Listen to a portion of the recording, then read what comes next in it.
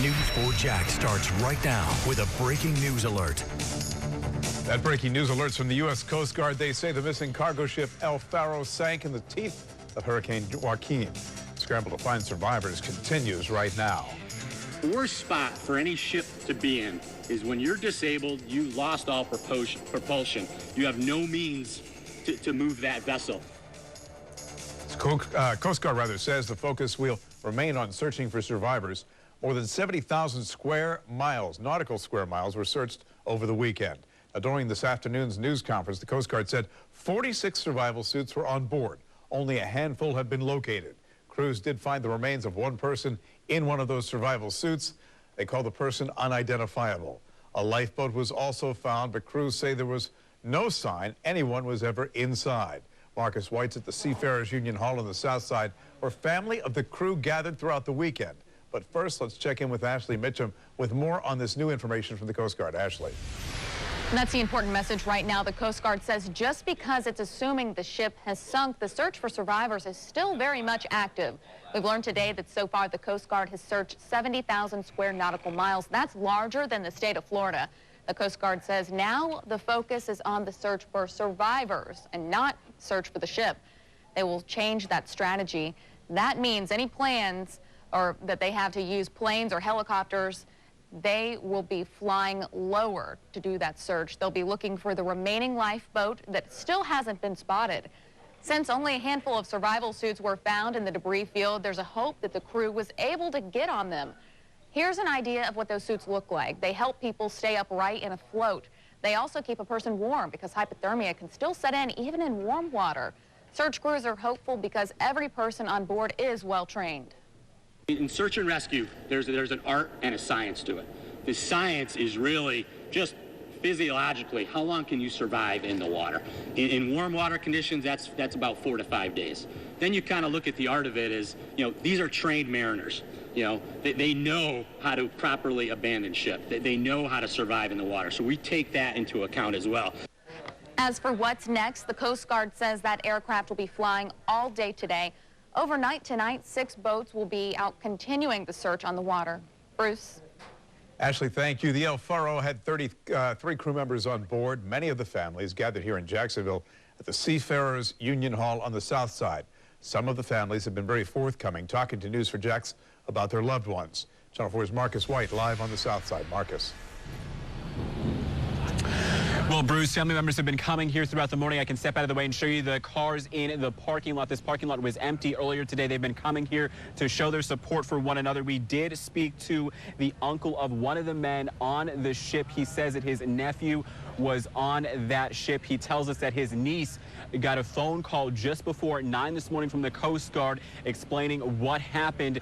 That phone call was with other family members, and he says after he learned the information from that phone call, he was heartbroken.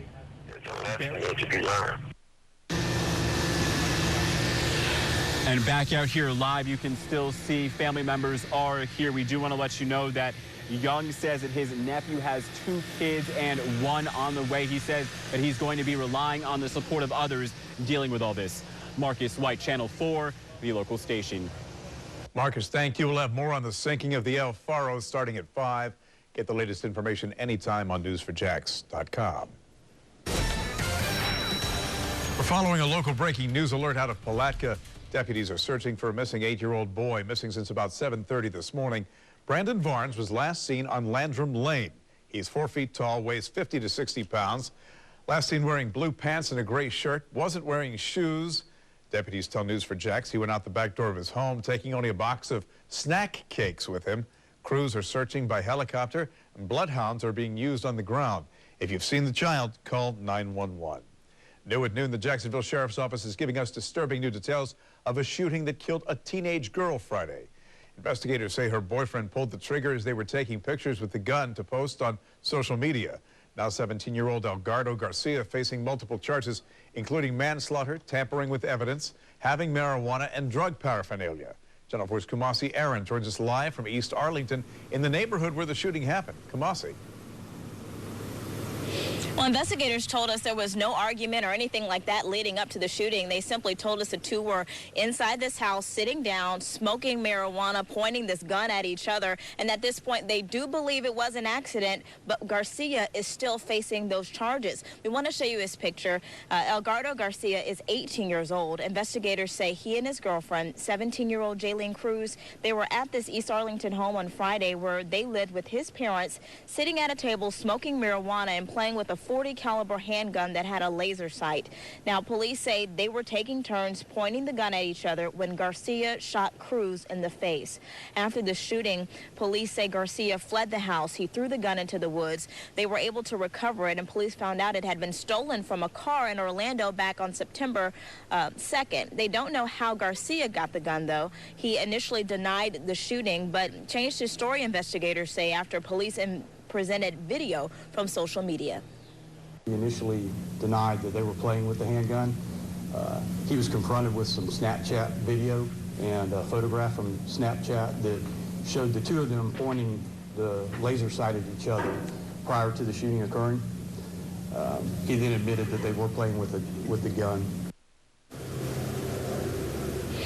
I was able to speak with Cruz's family by phone this morning. They told me at this point they did not want to make a comment. They are really just busy making the arrangements for the 17-year-old. Hopefully we will be able to speak with them at a later time. But in the meantime, we will have an update on this story for you tonight at the 5.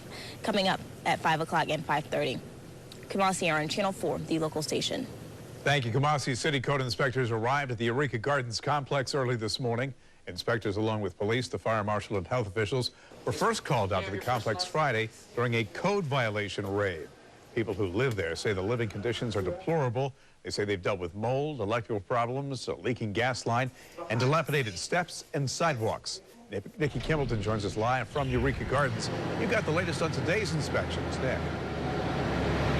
I do, Bruce. We do have brand new information for you at this noon hour. You know, the inspectors arrived early this morning around 8 a.m. and then just about an hour and a half ago, they packed up and they left, closing down the command center here. All the police officers that were here leaving with them as well. They're telling us that as of today, they have completed the inspections that they were able to complete. A lot of people were not home and they left some stickers on their doors, hoping to get in touch with them in the future. But, you know, we've talked to a lot of people here at Eureka Gardens, including the tenant association president, who says as of today, the front office no longer accepting rent payments from the residents here. So it's still left people living here with a lot of questions. Where's the money going for the stuff to be fixed around here? And now that the tenant association president is telling us that the front office, as of today, no longer accepting rent payments from the residents, many are left wondering what that means for the future of Eureka Gardens. If that means it could be condemned or people could be forced to move from their apartments. Now, we do know that the inspectors, they are reviewing the information that they have collected since Friday, and they could be writing citations. As soon as we find out exactly what their plans are, we will let you know. In the meantime, there is a meeting for residents tonight. It's going to be held at about 7:30 at the church right across the street from Eureka Gardens. So if you're watching this and you do live in the Eureka Gardens facility, there is a meeting tonight, 7:30, to hopefully let everyone know the next steps in this process. We're live on the west side. Nikki Kimbleton, Channel 4, the local station. Nikki, thank you. Historic flooding in South Carolina. Some areas of the state have more than 2 feet of rainwater. The weather is being blamed for at least a half a dozen deaths. Jan Perens is in Columbia with the latest on the situation. Shelters are being set up for residents who have been evacuated from their homes. Parts of the low country as well as the capital are expecting rain to last through tomorrow. Umpqua Community College in Roseburg, Oregon opened its doors to faculty, staff, and students today. Right now they're being allowed on the campus. Students will be allowed on campus at 4 o'clock this afternoon. Counselors will be on hand for those who want some help. Administrators will also help anyone who needs assistance with financial aid or other school-related matters. Students will retrieve items left behind last Thursday when they fled for their lives as a shooter opened fire, killing 9 people. Now, classes and events don't resume until October 12th. Disney's considering a change to its pricing structure. Why the most could make admission cheaper at certain times and more expensive at others. Breaking news alert out of Vermont. State police confirm an Amtrak passenger train derailed It happened near the town of Northfield, which is southeast of Burlington. At this point, it's unclear whether or not anybody's been hurt. CNN reports at least 2 cars went off the tracks and over an embankment. Disney might be taking a cue from Uber and introduce surge pricing to its theme parks. It's considering a demand-based price structure. Under the plan, tickets would cost less on slower days and cost extra or have more restrictions on busier days. Attendance at Disney parks have been at record levels in recent years, thanks to the popularity of Frozen and Star Wars. This pricing plan could help make visits more affordable for the middle class. Always watching, always tracking. Channel 4 is the weather authority. It's so busy I haven't even looked outside. What am I in for? Well, a little bit of everything. I'm looking at the storm pins, which is my way of keeping up with what's going on outside as well. And we've got pictures that show the cloudy skies, and then all of a sudden you see some of these that actually show some of the sun trying to break through. So let's get into your forecast here. Lots to cover. I want to just touch on Joaquin as we get to that finally Friday. Back to you. All right, Rich, the news at noon. We'll be right back with this week's Angie's List report.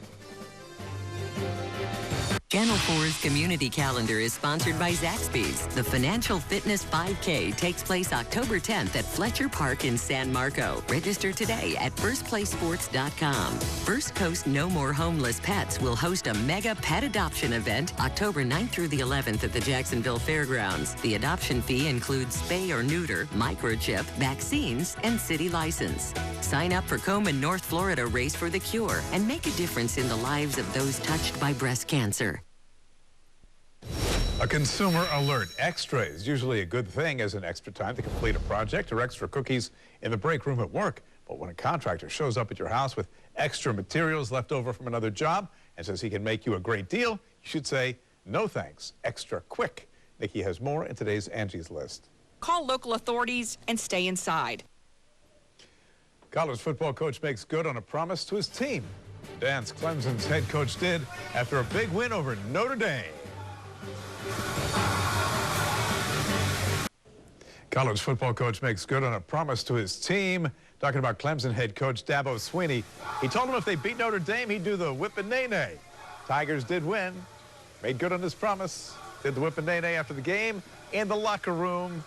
And this video is now all over social media. It has 26,000 YouTube hits. That looked like some... That was a celebration. Yeah. That's what that was. Can you see Spurrier doing that if South Carolina wins? Wow. No. You know how many hits that would get? Yeah. All right. So that's the challenge then. To see if you can get Spurrier to whip and nay-nay. All right. Final look at your forecast. Here we go. We're looking for daytime highs. We're 2 degrees off the mark right now, taking us to 77 degrees. We've got the few showers out there that we were tracking a little while ago. Coastline and just a couple of them inland. We'll continue to see the beaches under that best chance for those showers. They will taper off overnight tonight. Some of the remnants out there for the start of our Tuesday with improvements coming in for the middle of the work week. Latest on El Faro at 5. At News 4 Jax, we're always covering the news, even when we're not on TV. Stay informed, on the go and online at news4jax.com.